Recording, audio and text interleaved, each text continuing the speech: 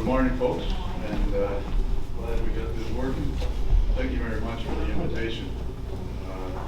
Pleasure for me to be here. I'll start off, I guess, by telling you a bit about who I am and how I got involved with the Forestry Commission. I'm from Wellington, just down the road from here. Spent the first 37 years of my life there. Graduated from UNB with a degree in forestry in 1975.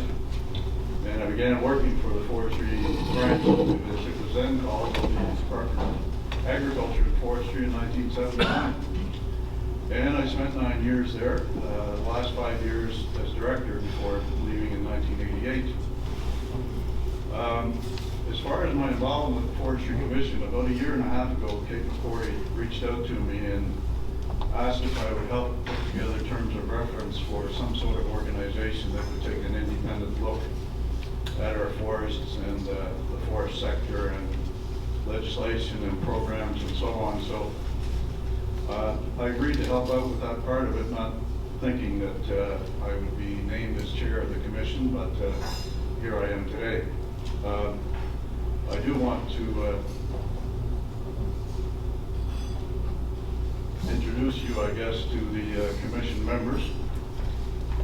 Randy Angus is from head of Cardigan, and he's with the Mi'kmaq Confederacy. Marcel Arsenault, you know, sitting right over there. Reg Conahan from Cardigan is a retired technician with the Forest, Fish and Wildlife Division. Jerry Gavin is with us today from Northport. Jerry succeeded me as the director of the Forestry Division. Matt Hughes from Kelly's Cross is a forestry contractor and recently set up a sawmill operation where he lives in Kelly's Cross. John McCory is a former deputy minister responsible for the Forest, Fish and Wildlife Division. He now works with Cavendish Farms as their director of environmental development, I think it's called. Dr. Kathy Martin is with us today. She's from Stanhope and is a retired professor from the University of British Columbia, and she's our bird specialist. Kyla Miller from Surrey is the coordinator of the Surrey Watershed Association. Crystal Pike from Fort Augustus is with the Canada Centre for Climate Change in St. Peter's Bay. Gary Schneider, I'm sure is a name that you're all familiar with the PEI Woods Ecological Project. Zora Wendt is a student. She was a student at the University of New Brunswick and recently graduated from there last month. And Sarah Wheatley from Suffolk is with us today. She was the coordinator of the Winter River Tracadie Bay Watershed Association and is now the CAO of the North Shore Municipality. So I'm very pleased to have members with me here today. So, what have we been asked to do? Well, it's a fairly ambitious terms of reference, a very broad assignment. We developed our work plan based on those terms of reference that we were given. And since we first met in February of last year, we focused on, I guess, learning what we need to know and getting to know one another. So, reviewing the legislation, forest policy and programs, consulting with interest groups and the public, recommending changes to legislation, policy, and programs. We've been asked to submit our final report by March 31st of next year, but I am hoping that we will be finished by December of this year, if not before. Last year, when I spoke to you, it was to tell you what we plan to do, so today I'll spend a little bit of time explaining what we have done so far. So we've had 7 face-to-face meetings and 4 field trips. We have put out a couple of interim reports, one on the sustainability of biomass harvesting, and the other on improving the success of hardwood seedling production and establishment. Made a presentation to the Standing Committee on Natural Resources and Environmental Sustainability. Very pleased to see the chair of that committee here and Mr. McLennan as well. And I believe there's another MLA here, newly elected, Matt McFarland. Welcome to you. And of course, we put out a discussion paper called Towards a New Forest Policy for Prince Edward Island in January. Now, I should talk a little bit about the 4 field trips in May and June. We met with woodlot owners, we met with staff who deliver the forest enhancement program. We visited tree nurseries, sawmills, biomass heating operations, public forests, a wildlife management area, the Fiona debris disposal site, the Canadian Centre for Climate Change and Adaptation, and many other stops. We had 4 very, very busy days. We visited plantations and a number of harvesting sites, clear cuts and selective harvesting both. And we heard a lot about 2 issues: sustainability of biomass harvesting and the shortage of hardwood seedlings. We decided to let the minister know what we discovered about these topics, hence the 2 reports that we had already put out earlier last year. And of course, finally, we put what we learned into the report that we're calling Towards a New Forest Policy for Prince Edward Island. Now this report, you see the cover there, we're following a process very similar to what was done in the process leading up to the current forest policy, which was released in 2006. At that time, the Public Forest Council, chaired by Dr. Ian McQuarrie, held a number of public meetings and eventually submitted a report to government, and that report was used to develop the 2006 forest policy, the current forest policy. So this is what we have put out. It is on our website. A number of people have read it, I know. We have a survey on the website, and we're asking people to read the report, or at least become familiar with it before filling out that survey. So basically, we've laid out what we learned and the questions that we're asking ourselves, and we'll ask you. So we've described 13 issues in the discussion paper. And as you can see by this list, our work is not just about government's forestry programs. It's about a lot more than that. Things like maintaining forest area, forest industry support, the role of forests in carbon capture, and our quality of life. And these issues go far beyond the current mandate of the Forest, Fish and Wildlife Division. But we certainly hope that the new forest policy, when government releases it eventually after we're long gone, will address each and every one of these issues. And in my talk today, I'll focus on the issues of most importance to you, the woodlot owners. I'll talk a bit about the forest enhancement program. So early on, we decided to compare results, in other words, what's happening now, to the goals that were set out in the 2006 forest policy. Now, as you know, the Forest Enhancement Program, the FEP, is the keystone of government's investment in privately owned woodlots, and it's been that for 40 years, since it started in the early 80s. So what we did was we reviewed the public accounts from 2001 to 2022, and we used the Bank of Canada's inflation calculator to adjust total spending for inflation. So what you see on the graph is a decline in spending from the peak of 1.4 million in 2004 to less than 800,000 in 2022. Now, I don't have the numbers yet for 2023. The public accounts, as far as I know, have not been released. So the numbers are going in the wrong direction if you're interested in financial assistance for private woodlots. I should add that spending on the program, the Forest Enhancement Program, peaked when I was there in the mid-80s at $1 million.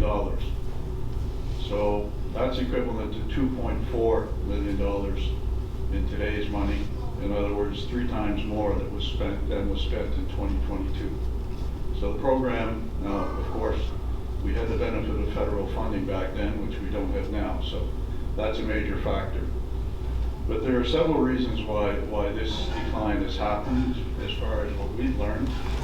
First of all, and perhaps most importantly, the federal government withdrew its funding in 1993. Prior to that, the federal government contributed significantly to forestry programs, including the private land program. But they pulled out in 1993, arguing that forestry was an area of exclusive provincial jurisdiction. The program also suffered a series of budget cuts over the years. That's what we've been told by the division. There's a shortage of contractors willing to work within the rules of the Forest Enhancement Program.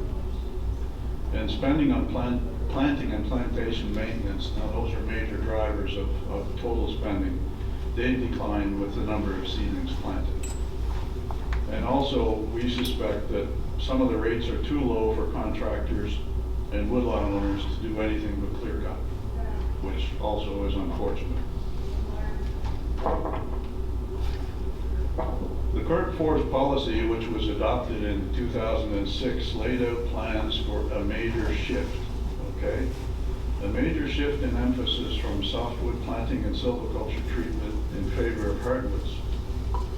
So what we did was we reviewed Forest Enhancement Program expenditures for a 5-year period from 2018 to 2022 to see what was happening. And the graph that you see there shows that 82% of expenditures during that period were on softwood planting and silviculture treatments, only 4% on hardwood planting and silviculture treatments, and the other 14% on other expenditures, probably administrative expenditures. So it goes without saying that the shift that was desired, I guess, in 2006 to move from softwood to hardwood, it just hasn't happened. The recent announcement now that the provincial nursery will produce 300,000 more trees, it's still not going to move the needle in the right direction, since we understand most of the seedlings will be softwood species. I mentioned to you earlier that we did put out a paper on hardwood seedling production and establishment. And I want to mention that during our field trips, a recurring theme is the chronic shortage of hardwood seedlings. We heard that from the staff of the Forest Enhancement Program. We've heard it repeatedly from woodlot owners. We need more hardwood seedlings. So we looked at production records for the provincial nursery from 2000 to 2022, and this is what we found. So as you can see from the graph, hardwoods as a percentage of total nursery production topped out at 9.3% in 2014 and has generally declined since. So that in 2022 it was 3.7% of total nursery production. The Commission realizes it's cheaper to produce and plant softwood seedlings. We're not so naive as to believe otherwise. But the shortage of hardwood seedlings is a problem that we believe must be addressed. We submitted our findings and our recommendations to the Minister last September in a report that I mentioned earlier. And that report, of course, can be found on our webpage. Now, we've been told that the nursery will increase the production of hardwood seedlings, but we doubt that it's going to be enough to meet demand based on what they've told us so far. I don't want come across as being too negative, because progress is being made. There's no question about that. This is an example here of a good news story. Hardwood seedlings have been interplanted with softwoods to improve species diversity in private woodlots like this one in Trackett Cross. This is land owned by the Glenaladale Heritage Trust. In this case, the softwood plantation was interplanted with white birch and red oak. It's an absolutely beautiful stand. It has the makings of a top quality stand, regardless of what your measure is, whether it's wildlife habitat, whether it's sawlog production. But back in the days when I was director of forestry, we would have considered that softwood plantation to be a failed plantation. And we would have probably gone in and interplanted softwood. But the technicians and foresters who work under the Forest Enhancement Program have found ways to introduce hardwoods into these areas. And this, at the end of the day, will be a far more valuable and resilient forest. So they figured out how to do this, but they need more hardwood seedlings to work with. Woodlot owner organization, you know about this story.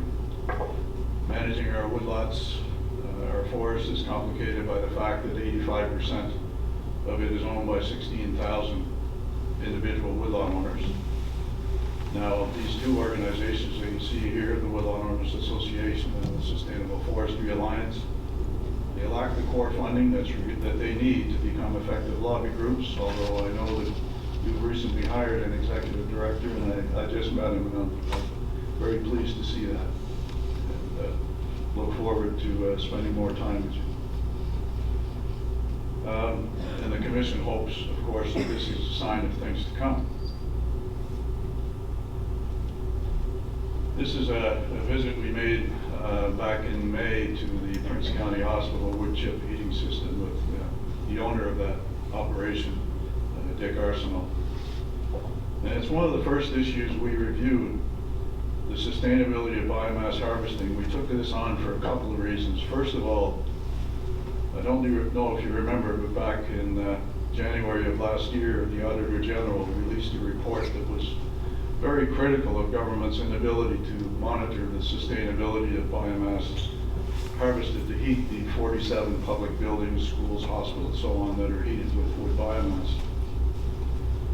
And the second thing that happened was a company called Sustain Agro, which John Spearman can tell you more about than I can, proposed to build a biodiesel plant in Kensington that, according to them, would consume 40,000 green metric tons of biomass per year.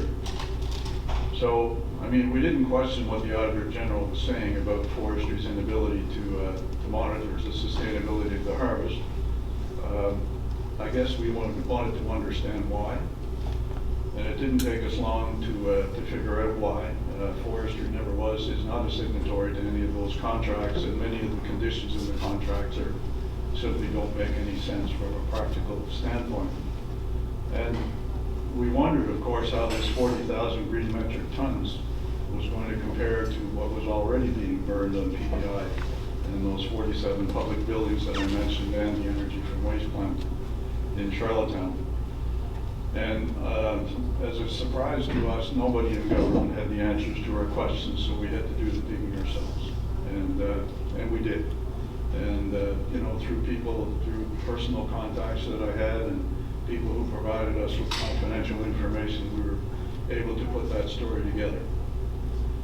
And our findings and our recommendations are in a report that we submitted to the minister in June of last year. Now, believe it or not, we do have a forest industry. It's alive and well, and you can find it right across the province from one end to the other. Now, the photo you see here shows a visit we made to Betts Mill last year, last May in Glenwood. I don't know if you've ever run across Kelly Wood, but once met, never forgotten. She owns and she operates the mill. She runs the saw, she stamps the lumber as it comes off the planer, and she's showing us how she sharpens that 54-inch circular saw, which she says is the biggest on PEI. The mill is a second-generation business started by her late father, Ralph, who I had the pleasure of knowing. Kelly knows every piece of equipment and probably can fix them all, too. We've learned, to our great surprise, that there's a significant disconnect between the forest industry and government. Now, that's hardly surprising, since if you read Minister Meyer's mandate letter, which is the instructions he receives from the Premier's office on what he's supposed to do, that mandate letter says nothing about supporting the forest industry. It says nothing about, there is no acknowledgement in his mandate letter that the forest industry even exists. That came as a big surprise to us. Now, I will say that we were pleased to learn that the Forest, Fish and Wildlife Division has conducted an inventory very recently of forest sector businesses to gain a better understanding of where they're located, what they produce, how many people they employ, and what the industry's contribution is to provincial GDP. In other words, how much the forest industry contributes to the provincial economy. And we hope to have the results of that inventory very soon. I must say that things have certainly changed since I was the director back in the 1980s. During those years, we had 2 full-time employees, Paul McKnight and Leroy McKinnon, working with industry, and one who was here, Sid Watts, who spent much of his time exploring new market opportunities for our forest products. Those 3 positions have disappeared, unfortunately.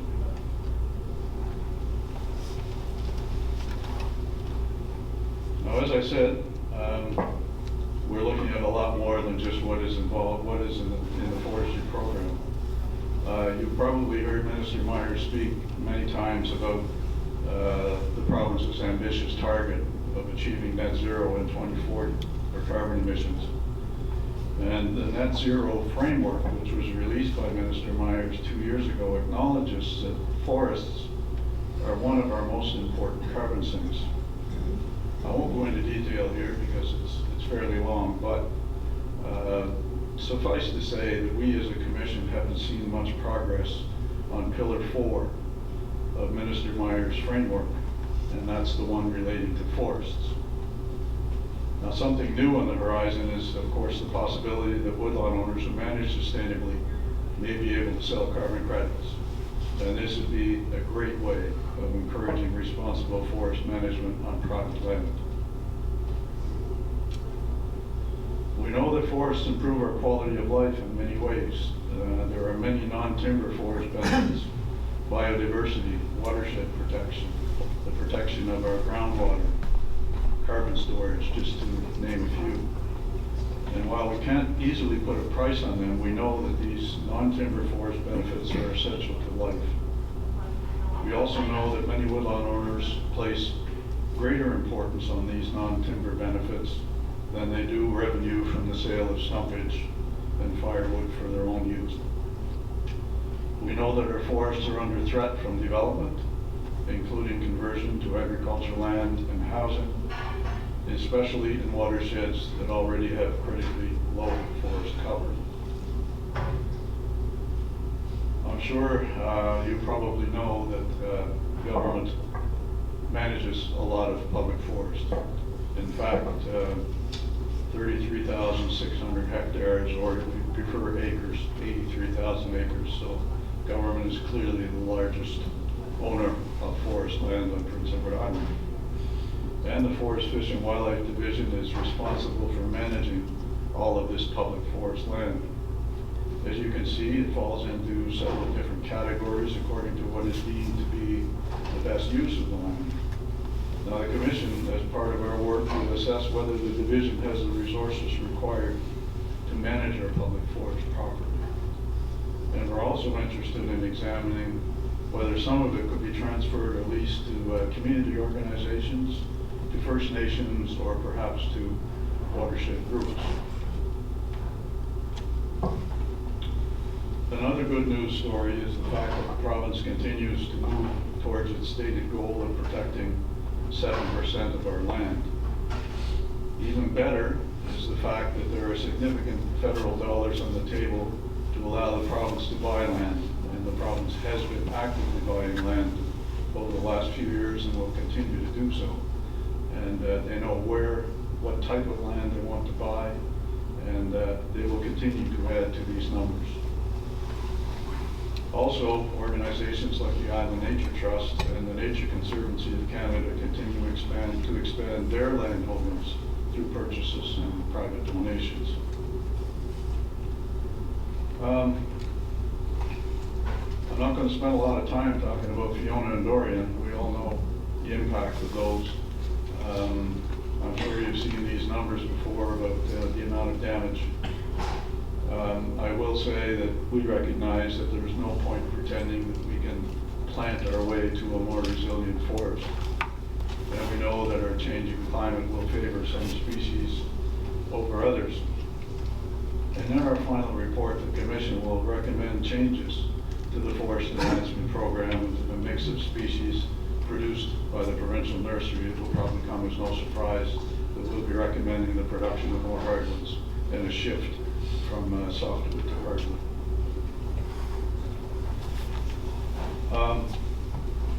Cleaning up after Fiona. This goes a bit beyond the mandate of the Forestry Commission, but we will have something to say about maybe how government could do a better job of handling things the next thing this happens. So what you see on the screen is the former asphalt plant in Dingwall's Mills, the spot we visited last June. Now, the Commission realizes that decisions on the salvage of Fiona damaged wood had to be made quickly for reasons of public safety. That goes without saying. and we're certainly not questioning what was done. The Department of Transportation and Infrastructure wisely decided to inventory what was placed in pits across the province. So they did show an interest in what had been placed in these pits. And a member of the commission actually did the work on this, Reg Conahan, and found that when he submitted his report on March 31st of last year, 2023, about 125,000 green metric tons had been deposited in 62 sites across the province. So that was in March of 2023. There's been a lot deposited in these sites since then. So just to give you an idea, that's enough to heat the 47 government buildings I talked about earlier for 6 years, if that wood had been sorted properly at the site where it was harvested. Again, we're not questioning what transportation and infrastructure did. They did the best they could under very difficult circumstances, but again, let's think about what we might be able to do better the next time this happens, because it will happen. So, needless to say, some of the wood you see in the photo could have been salvaged if it had been sorted properly. So there are definitely lessons to be learned. So what do we have left on our agenda? Well, 6 public meetings we have already advertised. The first one will be on the 14th of May in Charlottetown. We go from there to O'Leary, then to Avant-Gaz, then to Summerside, and Montague and Surrey. There's an online survey which has been completed by about 300 people. It tells us some interesting things. The commission will meet privately with any interest group that wishes to do so. And our target for submitting our final report, as I mentioned, is December 31st of 2024. And we certainly hope that the report will serve as a blueprint for government's new forest policy and the new Forest Management Act. So what can you do?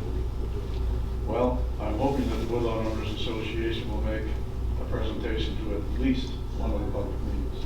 We definitely need to see you there. We want you to tell us what you think is working well with the Forest Enhancement Program, which is the program that you're probably most interested in as woodlot owners, and what needs to be better. We suggest that you email your MLA and the minister to let them know what you believe the role of our forests and the forest sector should be in the long term. Encourage the contractors and the sawmillers you do business with to make sure their voices are heard. I've been through a process like this before, and I know that the people who work in the industry have a tendency not to come before organizations like ours. They might attend the public meetings, but they'll be in the back row with their arms crossed and the ball cap pulled down. So, if you know any of them, ask them to somehow make their voices heard and talk to us in one way or another. We have to figure out if they don't show up, if they don't, we're going to have to figure out a way to get to them, I guess is what I'm saying, and we will. And of course, attend a public meeting of the Forestry Commission in your area. So folks, that's what I have to say in terms of an update. This picture here reminds me of Wellington, the place I grew up. I used to set snares in a cedar clump like this, and it was one of my favorite places. So thank you very much for your attention, and of course, I'm more than willing to answer any questions when the time comes. Thank you.